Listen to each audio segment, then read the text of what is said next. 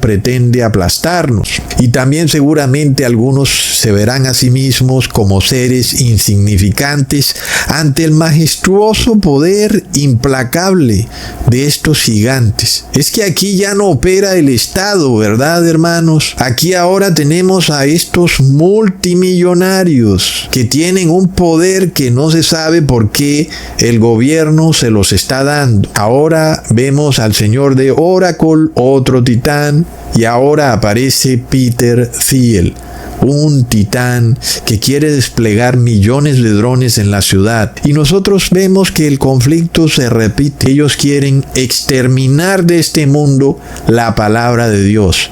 Y la palabra de Dios no anda por ahí flotando. La palabra de Dios está en los corazones de los hombres.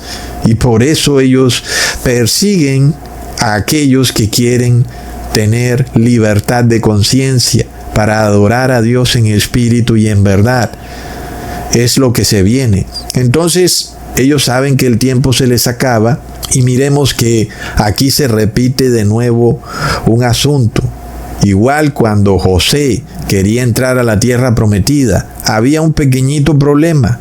Estaba llena de esos gigantes, de esos titanes, y no había otra manera sino que tenían que sacar a los gigantes. De nuevo, José y el pueblo hebreo tuvieron que usar la violencia, tuvieron que destruir y matar a estos titanes. Aquí no será el caso. Nosotros no tendremos que usar la violencia.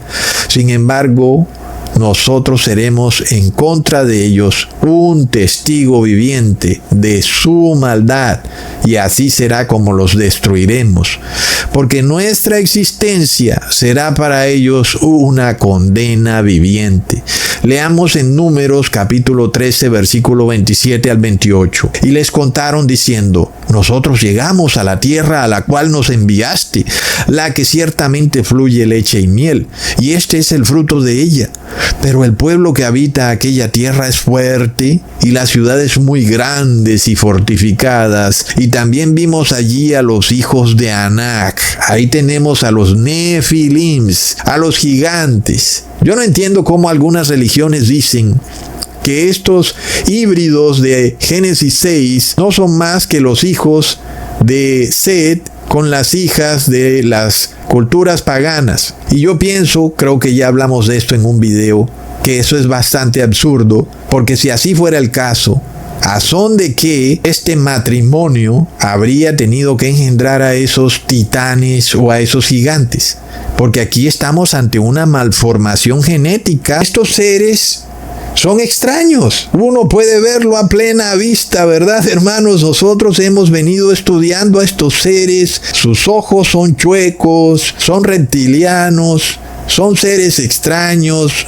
Algunos tienen venas extrañas, cosas raras en estas personas, hablan de forma robótica, no parecen ser seres humanos normales, ¿verdad, hermanos? La manera en que se expresan, es muy extraño todo. Yo pregunto, ¿no es acaso evidente que no son seres humanos normales estos gigantes?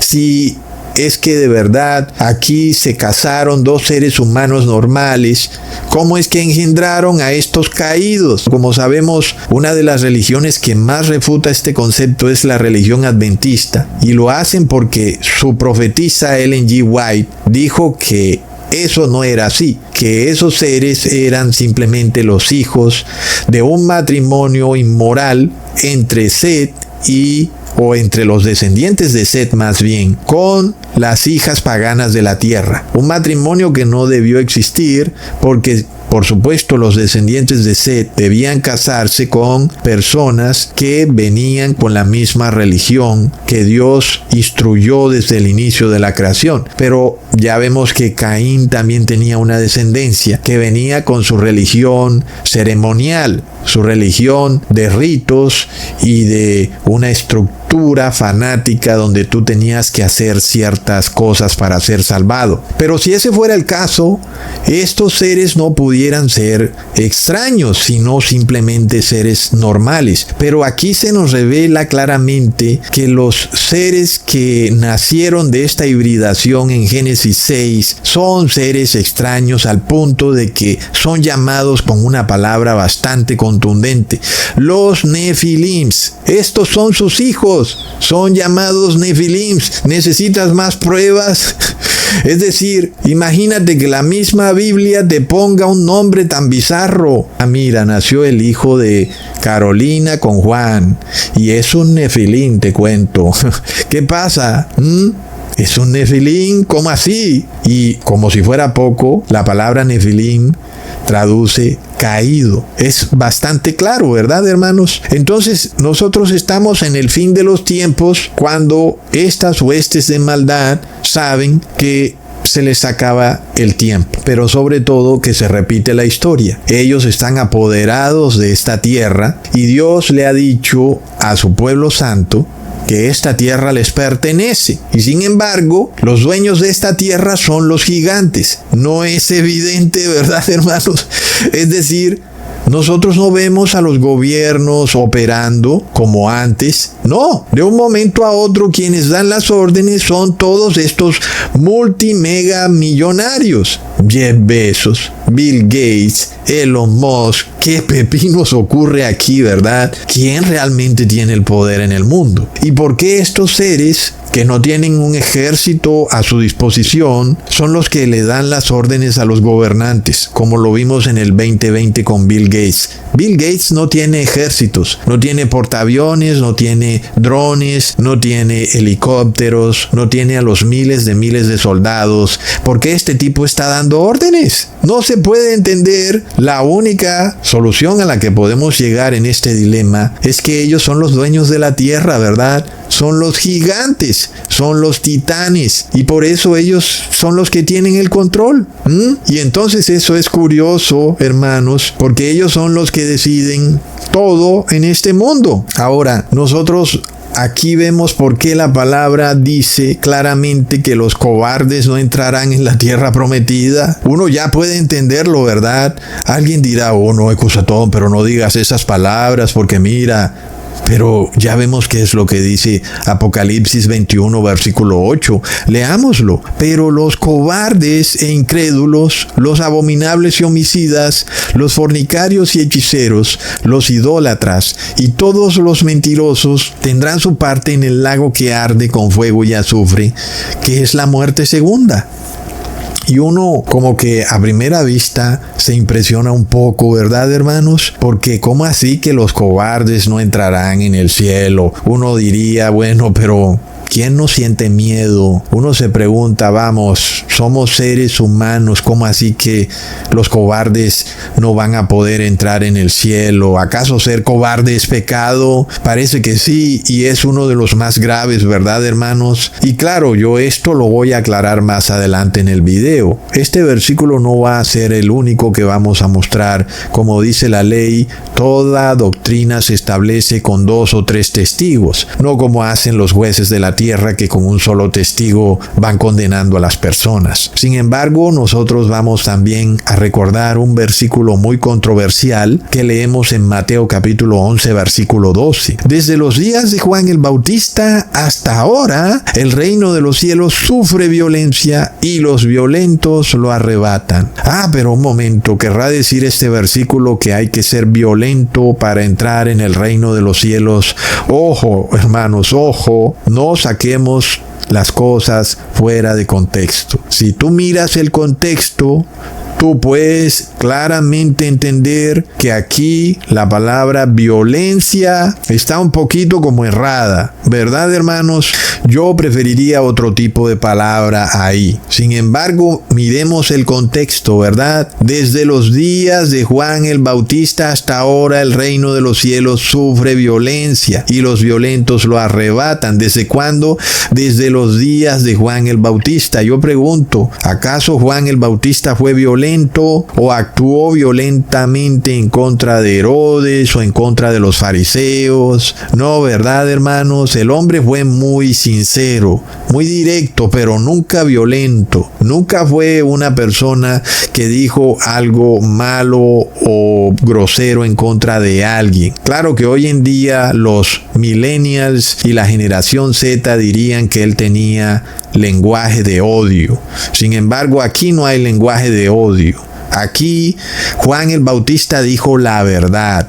Y sin embargo ya vemos que eso no quiere decir que él fue violento.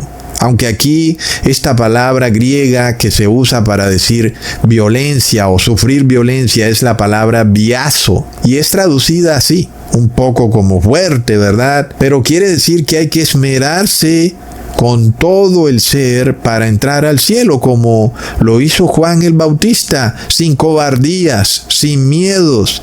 Es decir, hay que realmente amarrarse bien el cinturón, ¿verdad? Como ya lo hemos estudiado. Y hay que también hacer un esfuerzo activo. No como la mayoría de cristianos que van a menearse a la iglesia y a bailar y a cantar. Es como algo bastante pasivo, ¿verdad? Pero aquí hay que ser activos, aquí hay que guardar la ley. Se requiere de ser una persona que tome los mandamientos de Dios y los ponga en acción. Entonces se requiere de un esfuerzo, ¿verdad, hermanos? Ya sabemos que esto no es fácil, ya sabemos que el mundo sigue de parranda, de fiesta, y uno a veces dice: ¿qué pasa aquí? Es decir, ¿qué pasa con esta gente? La mayoría son cínicos, son tan hipócritas que se engañan a sí mismos y parece que así van por la vida y así van a morir. Uno a veces pareciera pensar que el que está equivocado es uno. Sin embargo, a las pruebas me remito, ¿verdad? Todos los sábados Ecusatón entrega pruebas y no es mi cara lo importante, sino las pruebas, ¿verdad, hermanos? Entonces miremos esto. Hay que hacer un esfuerzo activo, pero ese esfuerzo activo no es violento, no es maldad, sino que es la manera como debemos lograr la salvación, de una forma activa, guardando la ley de Dios. Así que este es el contexto claro, ¿verdad? Nadie debe pensar que es correcto usar la violencia o tomar a alguien por la fuerza y evangelizarlo, aún bajo amenazas o usando la violencia. Eso es algo totalmente salido de contexto. Nada de eso hizo Juan el Bautista. Por eso cuando Jesús dice desde los días de Juan el Bautista, ¿verdad? Porque si tú miras hacia atrás, ¿qué es lo que vemos con el pueblo hebreo? Era un pueblo violento y usaba la violencia para conquistar. Pero Juan el Bautista no usó la violencia de ninguna manera, ¿verdad? Sino que fue obediente a la ley de Dios. Entonces vemos que Juan el Bautista también luchó contra titanes. Es algo de lo que también hemos hablado y también está en el libro, que dentro de Jerusalén habían nefilims. Algo que Dios trataba de evitar a toda costa, diciéndoles: no se casen con mujeres de las regiones circunvecinas y no hagan alianzas, y con todo y eso las terminaron haciendo, ¿verdad? Como la alianza que José estableció con los gabaonitas, bastante impresionante. Entonces estos nefilims se infiltraron en Jerusalén y ahora ellos eran los varones de renombre, los poderosos, los que se adueñaron de la religión, eran los maestros del judaísmo, quienes precisamente pervertían y pervirtieron para siempre el judaísmo, como aún hoy lo hacen. Es impresionante, ¿verdad, hermanos? Miremos esto. Juan el Bautista tuvo que luchar contra ellos sin vacilaciones, pero sin violencia. Y también sin cobardía. Pero eso no quiere decir que fue violento. Fue un hombre de paz, pero no cobarde.